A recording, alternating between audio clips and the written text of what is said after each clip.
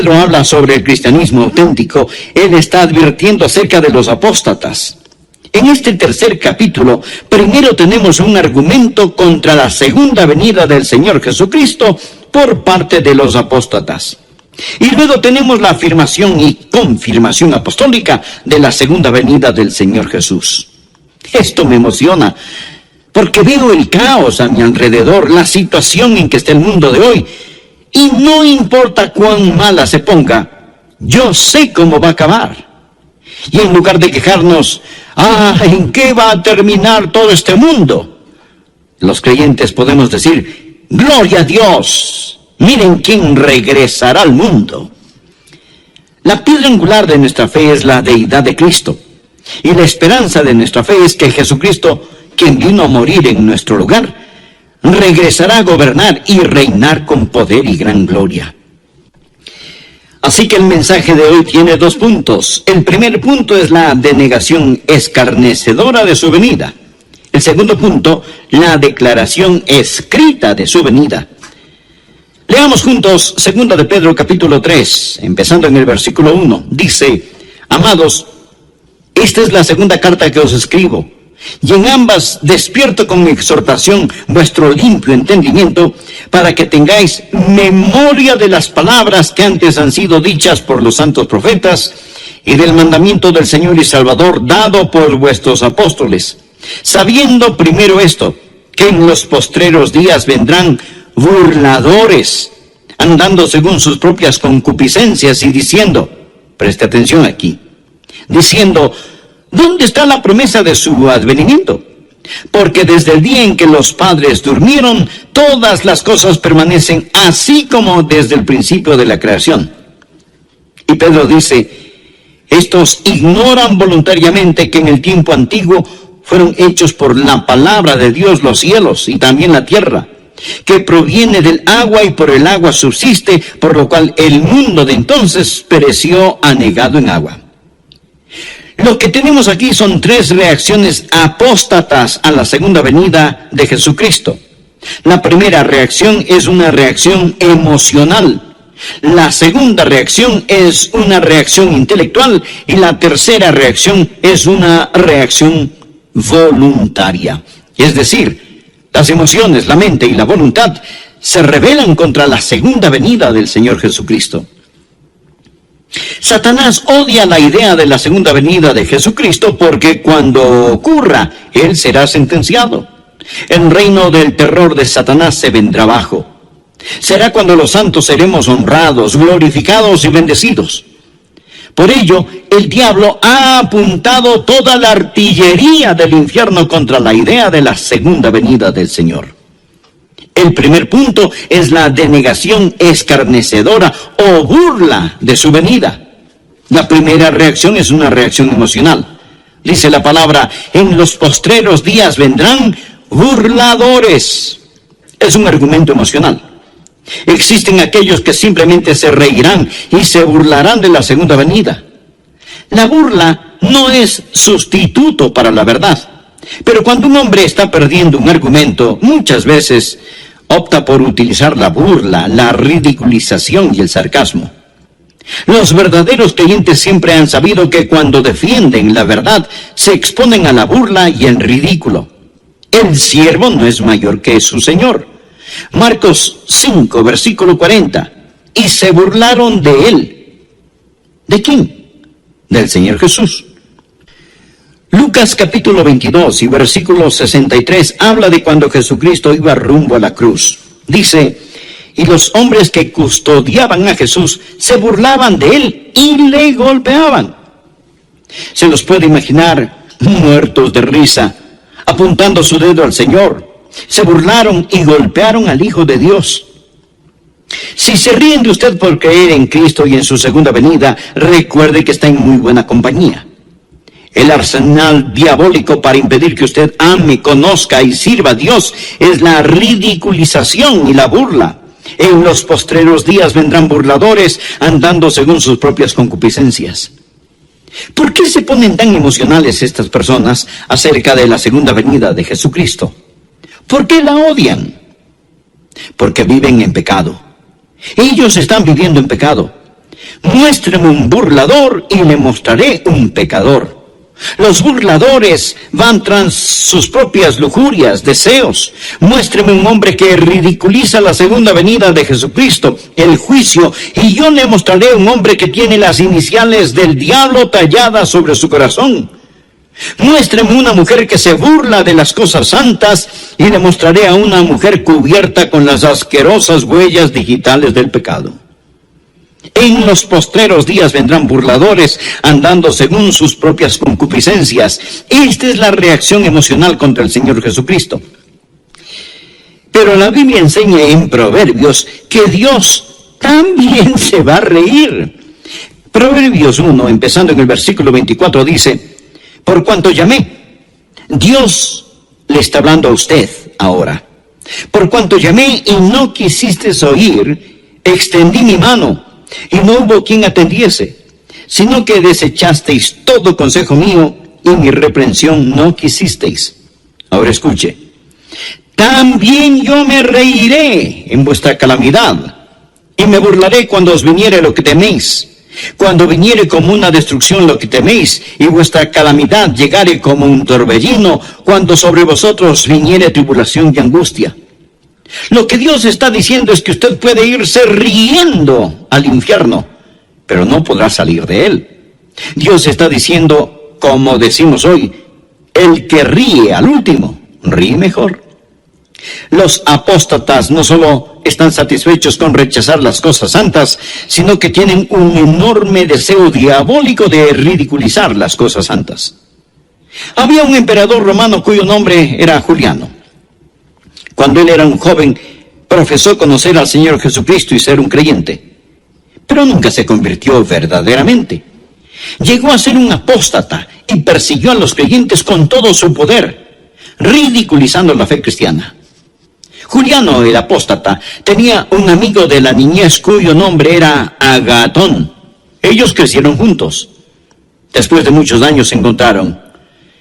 Agatón era un creyente que servía fielmente al Señor día tras día.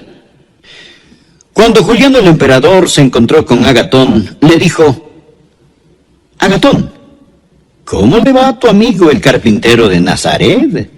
Él tiene suficiente trabajo. Le están saliendo algunos trabajitos como carpintero. Y Agatón muy serenamente le respondió: oh sí, Juliano, él tiene mucho que hacer. De hecho, él está muy ocupado haciendo un ataúd para tu imperio. Él era un profeta, porque en 2 años Juliano murió en una batalla y su imperio comenzó a desmantelarse. La historia nos dice que cuando Juliano el apóstata estaba tendido en el campo de batalla, se metió la mano en su herida mortal y tomó un puñado de sangre y la lanzó a los cielos y exclamó: has vencido, oh Galileo. Los burladores aman su pecado y argumentan contra el juicio y la segunda venida de Jesucristo. Es una reacción emocional. Pero existe la segunda reacción, la reacción intelectual. Por favor, leamos el versículo 4. Dice: los burladores andando según sus propias concupiscencias y diciendo: ¿dónde está la promesa de su advenimiento? Porque desde el día en que los padres durmieron, ahora escuche, todas las cosas permanecen así como desde el principio de la creación. Lo que ellos están diciendo es que si Jesucristo regresa en poder y gloria, si fuera a haber un nuevo cielo y una nueva tierra, lo que eso significaría es que habría una interrupción en el reino de las leyes naturales. Ellos dicen: nosotros, los eruditos, los intelectuales, hemos encontrado que desde la creación no ha habido cosa semejante. Y no hay ninguna razón para creer que Jesucristo va a venir, ni para creer que habrá un nuevo planeta Tierra. Esto, amigos, es puro materialismo. Todo continúa igual. Ven la creación desde un punto de vista científico. Es una apelación a la inteligencia y aquí está el argumento. Nunca nada cataclísmico ha ocurrido y no hay ninguna razón para creer que algo cataclísmico sucederá.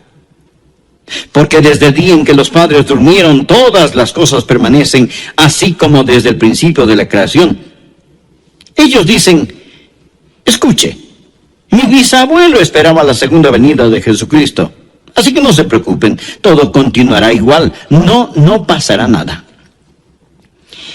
Imagínese a un niño en el tiempo de Noé. Él llega todo preocupado y le dice a su papá: papi, escuché a un hombre llamado Noé. Dice que Dios va a destruir el mundo con un diluvio y está construyendo un gran barco. Él lo llama el arca. Dice que si creemos en su Dios, nos podemos salvar y entrar en el arca cuando venga el diluvio.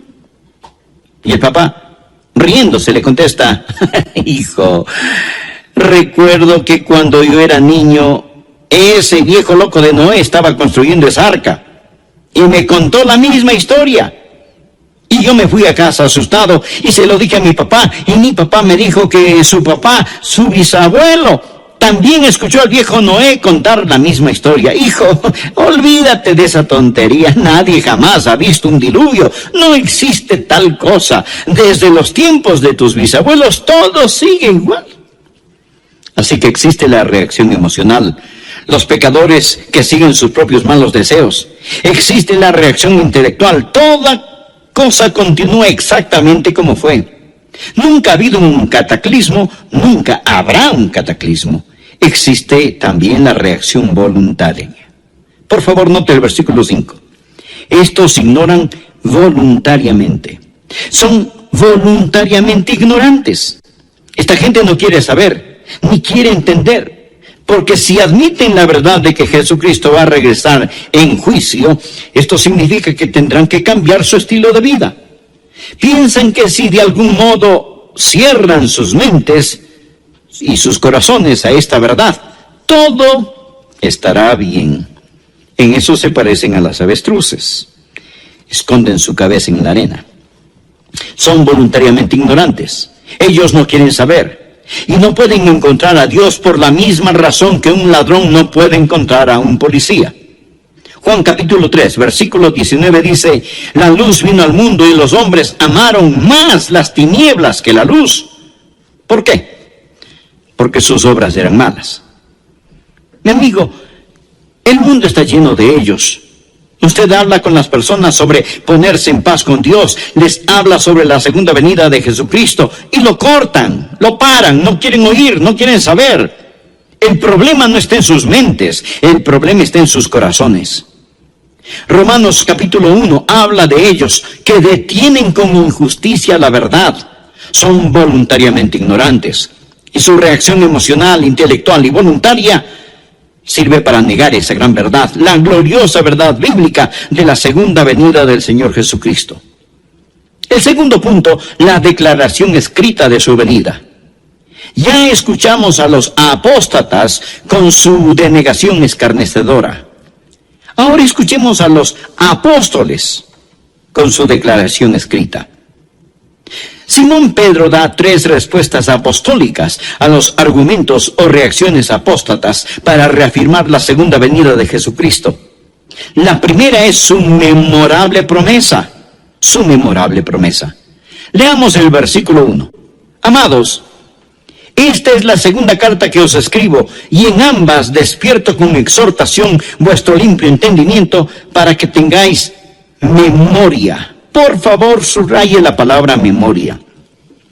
Para que tengáis memoria de las palabras que antes han sido dichas por los santos profetas y del mandamiento del Señor y Salvador dado por vuestros apóstoles.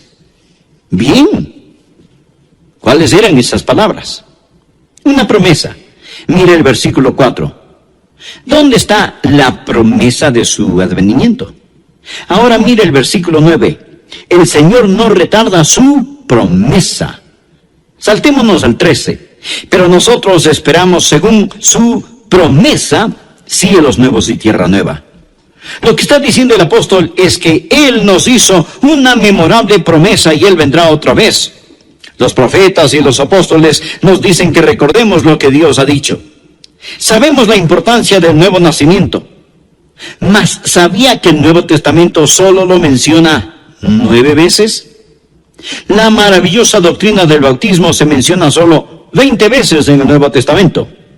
El arrepentimiento solo 70 veces en el Nuevo Testamento.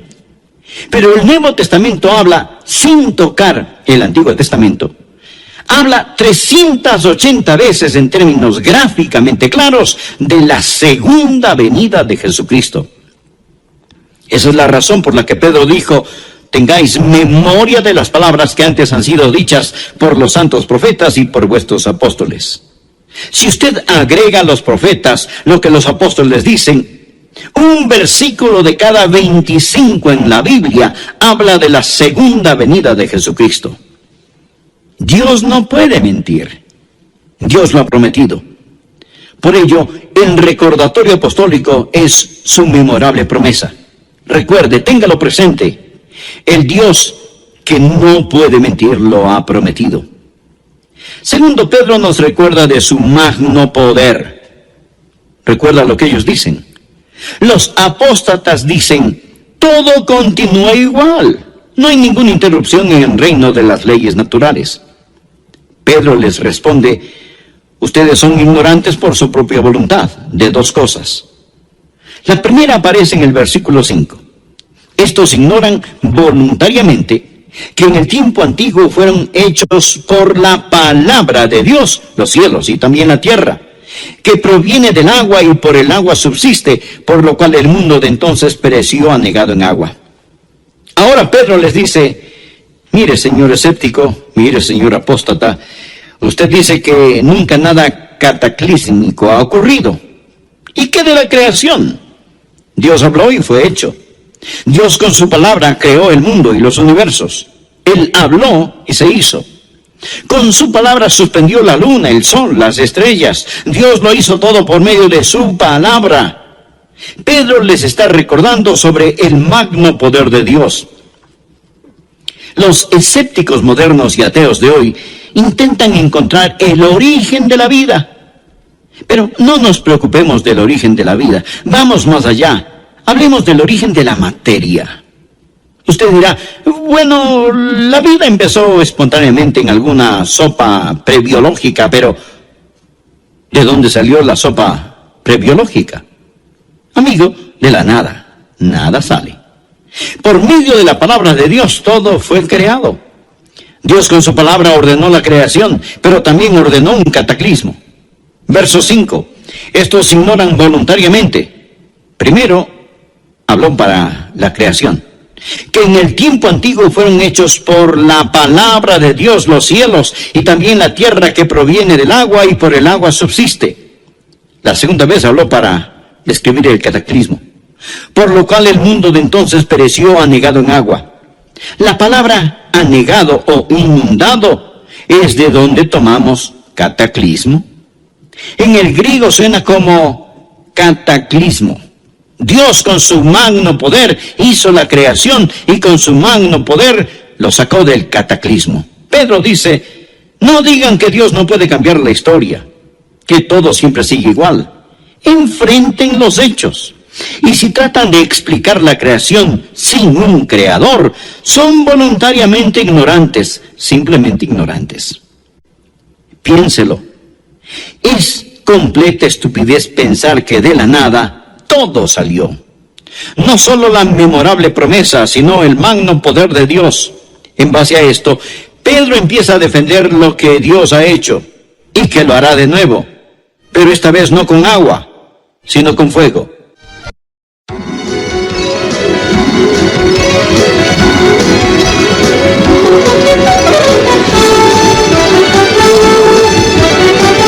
Jesús dijo en Lucas 13:3, no, antes si no os arrepentís, todos pereceréis igualmente. Pero el Señor no quiere que ninguno perezca, sino que todos procedan al arrepentimiento. Amigo, Él está por venir, en llamas de fuego para castigar a los que no conocen a Dios, ni obedecen el Evangelio de nuestro Señor y Salvador Jesucristo. ¿Que cómo lo sé? Pues por su memorable promesa. Y aún no ha venido por su misericordiosa paciencia.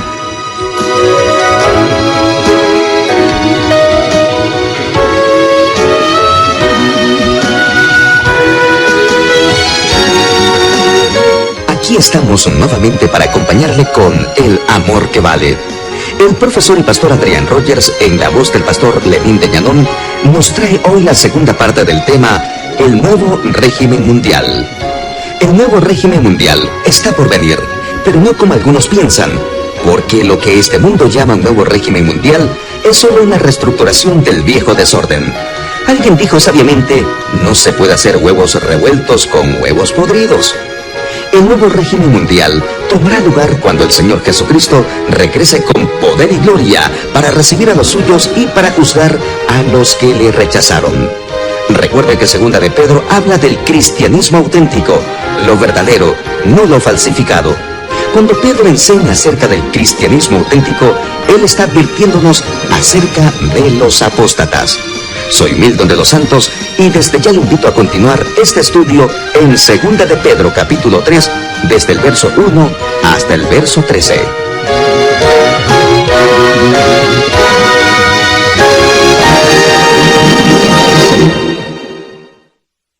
En este tercer capítulo, primero tenemos un argumento contra la segunda venida del Señor Jesucristo por parte de los apóstatas. Y luego tenemos la afirmación y confirmación apostólica de la segunda venida del Señor Jesús. Esto me emociona, porque veo el caos a mi alrededor, la situación en que está el mundo de hoy, y no importa cuán mala se ponga, yo sé cómo va a acabar. Y en lugar de quejarnos, ¿en qué va a terminar todo este mundo?, los creyentes podemos decir, ¡gloria a Dios! Miren quién regresará al mundo. La piedra angular de nuestra fe es la deidad de Cristo. Y la esperanza de nuestra fe es que Jesucristo, quien vino a morir en nuestro lugar, regresará a gobernar y reinar con poder y gran gloria. Así que el mensaje de hoy tiene 2 puntos. El primer punto es la denegación escarnecedora de su venida. El segundo punto, la declaración escrita de su venida. Leamos juntos 2 de Pedro capítulo 3, empezando en el versículo 1. Dice, amados, esta es la segunda carta que os escribo, y en ambas despierto con exhortación vuestro limpio entendimiento, para que tengáis memoria de las palabras que antes han sido dichas por los santos profetas, y del mandamiento del Señor y Salvador dado por vuestros apóstoles, sabiendo primero esto, que en los postreros días vendrán burladores, andando según sus propias concupiscencias y diciendo, preste atención aquí, diciendo, ¿dónde está la promesa de su advenimiento? Porque desde el día en que los padres durmieron, todas las cosas permanecen así como desde el principio de la creación. Y Pedro dice, estos ignoran voluntariamente que en el tiempo antiguo fueron hechos por la palabra de Dios los cielos y también la tierra, que proviene del agua y por el agua subsiste, por lo cual el mundo de entonces pereció anegado en agua. Por favor, note el versículo 5. Estos ignoran voluntariamente. Son voluntariamente ignorantes. Esta gente no quiere saber, ni quiere entender, porque si admiten la verdad de que Jesucristo va a regresar en juicio, esto significa que tendrán que cambiar su estilo de vida. Piensan que si de algún modo cierran sus mentes y sus corazones a esta verdad, todo estará bien. En eso se parecen a las avestruces. Esconden su cabeza en la arena. Son voluntariamente ignorantes. Ellos no quieren saber. Y no pueden encontrar a Dios por la misma razón que un ladrón no puede encontrar a un policía. Juan capítulo 3, versículo 19 dice, la luz vino al mundo y los hombres amaron más las tinieblas que la luz. ¿Por qué? Porque sus obras eran malas. Mi amigo, el mundo está lleno de ellos. Usted habla con las personas sobre ponerse en paz con Dios, les habla sobre la segunda venida de Jesucristo y lo cortan, lo paran, no quieren oír, no quieren saber. El problema no está en sus mentes, el problema está en sus corazones. Romanos capítulo 1 habla de ellos que detienen con injusticia la verdad, son voluntariamente ignorantes.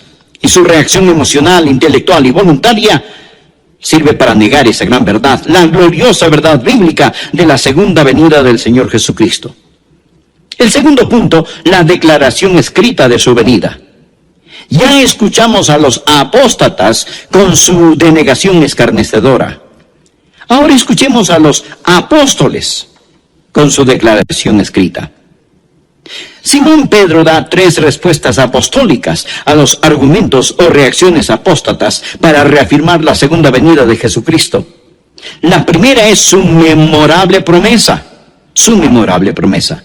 Leamos el versículo 1. Amados, esta es la segunda carta que os escribo, y en ambas despierto con exhortación vuestro limpio entendimiento para que tengáis memoria. Por favor, subraye la palabra memoria.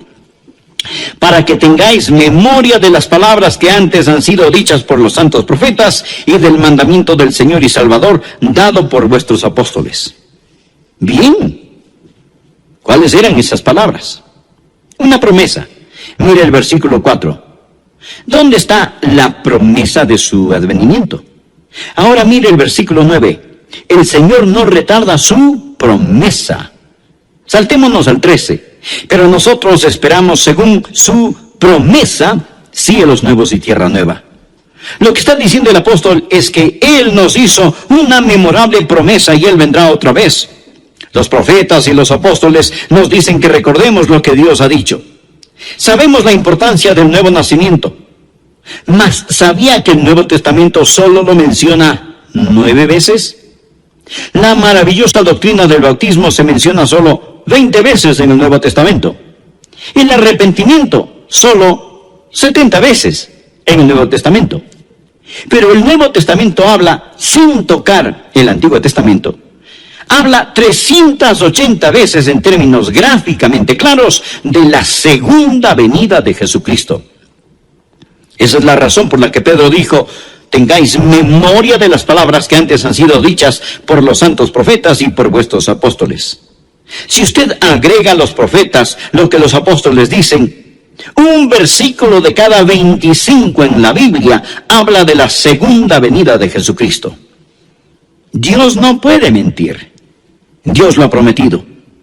Por ello, el recordatorio apostólico es su memorable promesa. Recuerde, téngalo presente.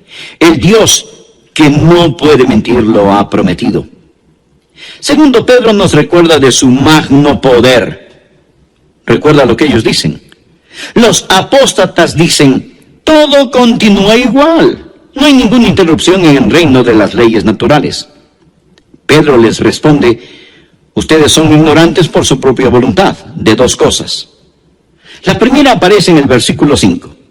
Estos ignoran voluntariamente que en el tiempo antiguo fueron hechos por la palabra de Dios, los cielos y también la tierra, que proviene del agua y por el agua subsiste, por lo cual el mundo de entonces pereció anegado en agua. Ahora Pedro les dice: mire, señor escéptico, mire, señor apóstata, usted dice que nunca nada cataclísmico ha ocurrido. ¿Y qué de la creación? Los escépticos modernos y ateos de hoy intentan encontrar el origen de la vida. Pero no nos preocupemos del origen de la vida. Vamos más allá. Hablemos del origen de la materia. Usted dirá: bueno, la vida empezó espontáneamente en alguna sopa prebiológica, pero ¿de dónde salió la sopa prebiológica? Amigo, de la nada. Nada sale. Por medio de la palabra de Dios todo fue creado. Dios con su palabra ordenó la creación, pero también ordenó un cataclismo. Verso 5. Estos ignoran voluntariamente. Primero, habló para la creación. Que en el tiempo antiguo fueron hechos por la palabra de Dios los cielos y también la tierra que proviene del agua y por el agua subsiste. La segunda vez habló para describir el cataclismo. Por lo cual el mundo de entonces pereció anegado en agua. La palabra anegado o inundado es de donde tomamos cataclismo.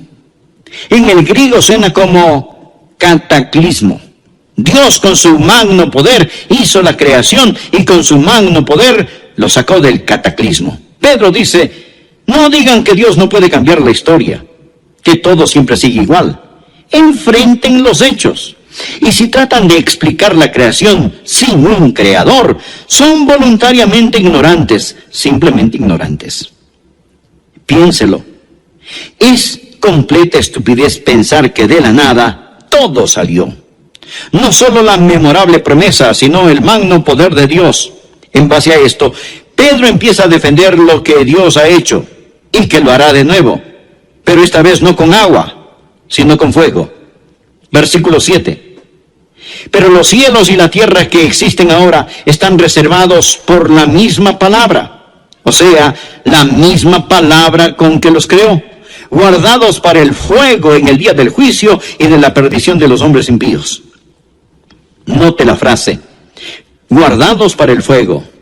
El señor Kenneth West, un erudito del griego, dice que esto literalmente significa que los cielos y la tierra ahora mismo están almacenados con fuego. Es palabra de donde tomamos la palabra tesorería, es decir, este mundo es una tesorería de fuego. El universo entero está guardado con fuego. La naturaleza subatómica del universo nos dice que todo no es materia, sino que realmente es fuego. El hombre solía pensar que la partícula más pequeña de la materia era el átomo. Pero ahora sabemos sobre la naturaleza subatómica del átomo, y el átomo tiene un núcleo. Este tiene una carga eléctrica positiva, y girando a su alrededor están los electrones, y estos son negativos. Por eso existe una atracción y se mantienen unidos. El electrón es increíblemente rápido. Escuche, algo asombroso sobre los electrones del átomo es que giran alrededor del núcleo billones de veces cada millonésima de segundo. Nadie sabe realmente qué es esta fuerza eléctrica. La podemos describir, pero no sabemos lo que es. Einstein dijo antes de morir que esperaba descubrir lo que es la electricidad, pero nunca lo hizo. Podemos poner esta cosa de algún modo en proporciones matemáticas, pero los científicos no saben cuál es la fuerza que los une. Dije que el núcleo tiene una carga eléctrica positiva y girando a su alrededor están los electrones que son negativos. Por eso existe una atracción y se mantienen unidos. Pero también tienen neutrones y protones. Los neutrones son neutros y los protones son positivos. No existe atracción, mas estos no se caen. ¿Qué causa que todos se mantengan unidos? Colosenses 1:17 nos habla acerca del Señor Jesús y dice, todas las cosas en Él subsisten. Significa que Él lo sostiene todo, ya sean los planetas en órbita o los electrones que giran alrededor del núcleo de un átomo. Él es la goma de las galaxias, el Señor Jesucristo. Hebreos 1:3 dice, Jesús quien sustenta o sostiene todas las cosas con la palabra de su poder. Pedro dice, están guardados con el fuego. Todo es fuego, porque todo está formado de una estructura molecular. Hebreos 11:3 dice, lo que se ve fue hecho de lo que no se ve. Pedro les dice a los apóstatas que ridiculizan la segunda venida de Jesucristo, les recuerdo su memorable promesa, les recuerdo su magno poder y les recuerdo su misericordiosa paciencia. Por favor, leamos el versículo 8. Mas, oh amados, no ignoréis esto, que para con el Señor un día es como 1000 años y 1000 años como un día. El Señor no retarda su promesa, según algunos la tienen por tardanza, sino que es paciente para con nosotros, no queriendo que ninguno perezca, sino que todos procedan al arrepentimiento. Pero el día del Señor vendrá como ladrón en la noche, en el cual los cielos pasarán con gran estruendo. Usted sabe que la gente que intenta deducir cómo todo llegó a ser, dicen, bien, todo empezó con una gran explosión. Nunca nos explican qué fue lo que explotó. Solo el hombre puede desviarse 180 grados hacia lo opuesto. Todo no empezó con una gran explosión. Todo va a concluir con una gran explosión. Dice la palabra, pero el día del Señor vendrá como ladrón en la noche, en el cual los cielos pasarán con gran estruendo, y los elementos ardiendo serán deshechos. Ardiendo significa calor interno, fiebre, calentura. Y la tierra y las obras que en ella hay serán quemadas. Puesto que todas estas cosas han de ser deshechas, ¿cómo no debéis vosotros andar en santa y piadosa manera de vivir, esperando y apresurándoos para la venida del día de Dios, en el cual los cielos encendiéndose serán deshechos y los elementos siendo quemados se fundirán? Pero nosotros esperamos, según sus promesas, cielos nuevos y tierra nueva, en los cuales mora la justicia. Por lo cual, oh amados, estando en espera de estas cosas, procurad con diligencia ser hallados por Él sin mancha e irreprensibles, en paz. Amigo, presta atención al versículo 15. Y tened entendido que la paciencia de nuestro Señor es para salvación. La paciencia de Dios es para salvación. ¿Y qué significa? Mi estimado amigo, significa que Dios no quiere que usted muera y vaya al infierno. Eso es lo que significa. Si Jesucristo hubiera regresado ayer y usted no es salvo, su destino estaría irrevocablemente establecido. El Señor mantiene la puerta de la misericordia abierta para usted. Dios es un Dios de misericordia. Y Pedro les contesta a los apóstatas estas tres cosas. Existe una memorable promesa, existe el magno poder de Dios y existe la misericordia y la paciencia de Dios. Versículo 9. El Señor no queriendo que ninguno perezca, sino que todos procedan al arrepentimiento. Dios está esperando que usted acepte su salvación. Y usted dirá, bueno, si Dios es tan misericordioso, yo no tengo de qué preocuparme. No, mi estimado amigo, mire el versículo 10. Pero el día del Señor vendrá. Verá, ambas, la ira y la misericordia, son atributos de Dios. Si usted dice que Dios es todo ira y no misericordia, eso es solo parte de la verdad.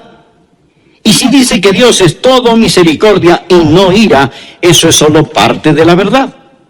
Cuando usted toma solo parte de la verdad y la convierte en toda la verdad, se vuelve una falsedad. Existe la misericordia de Dios y la ira de Dios. Dios no...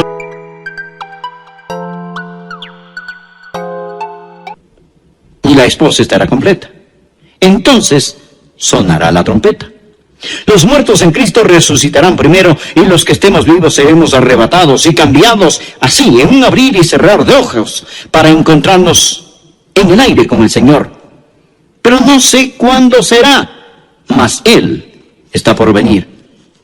Amigo, si Jesucristo fuera a venir ahora mismo,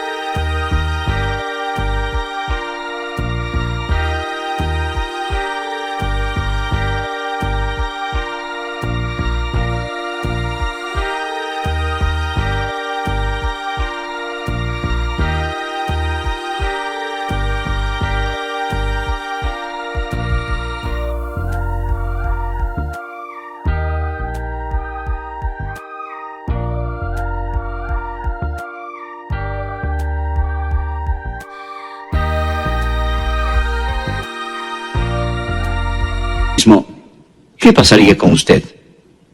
Verá, él dijo, pero el día del Señor vendrá. ¿Cómo? Mírelo, como un ladrón en la noche, de repente, inesperadamente, cataclísmicamente. Jesús dijo en Lucas 13:3, no, antes si no os arrepentís, todos pereceréis igualmente. Pero el Señor no quiere que ninguno perezca, sino que todos procedan al arrepentimiento. Amigo, Él está por venir en llamas de fuego para castigar a los que no conocen a Dios, ni obedecen el Evangelio de nuestro Señor y Salvador Jesucristo. ¿Que cómo lo sé? Pues por su memorable promesa.